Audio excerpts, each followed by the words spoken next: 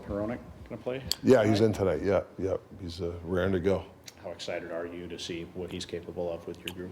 Yeah, really excited. I mean, I haven't seen him a lot on the ice, though, but the 2 or 3 times I did, he's going to add a lot towards puck moving ability. He's got a great shot. It actually, his hockey IQ, just on the offensive side too, is really good. Rick, you probably had an idea of what Elias Pettersson was all about. Watching from a distance, now that you've been around him for a couple of months, Yeah. There's a lot of obvious impressive things about him. Is there anything impressive about him that you didn't kind of know or surprise you? Just his patience, with the puck and be able to see people. He makes, everybody around him better, and that's what great players do. It's just not yourself.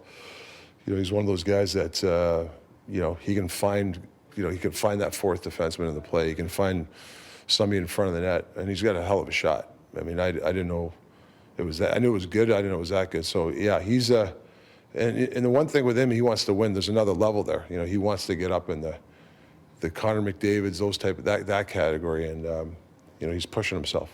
We heard you've been trying to get him. You're showing some video of Crosby to show him how he changes on the power play and gets closer to the net. Can you kind of go through that a little bit? Well, it's just I think the best power plays, you can't be a spot power play. So, he's obviously on the flank there on the left side, but sometimes you got to go low. Sometimes I like to see him in the middle of the ice.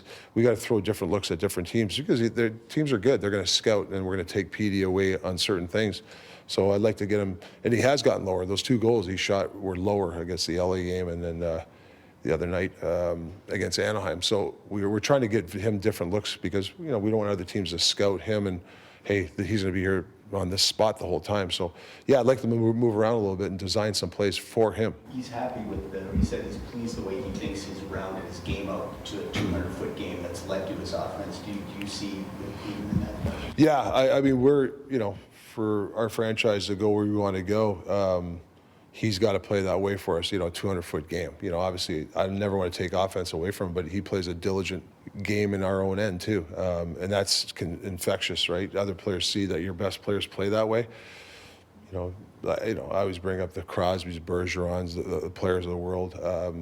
Even Connor McDavid, I mean, if you watch him in his D zone, he's really improved his D zone. He's a really good defensive player now, too. So I think you have to play a 200-foot game, and Petey's embraced that role. He craves it.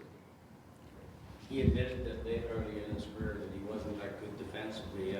Is it refreshing to see a guy that's actually willing to be coached and to do it? Because some guys never get it, right? Yeah, I mean, I've had some players that they just play offense, right? And, you can't have a lot of those guys on your team because you're going to be out in April every year. You have to have those guys. That doesn't mean you have to be a defensive player the whole game. I think it's just if you stay within team structure, team system. And Petey understands that. You'll see he'll be the low forward back, and he's in there, he's defending. And then, like I said, it's really infectious when guys do that. Generational talent. Thanks for liking the video and subscribing.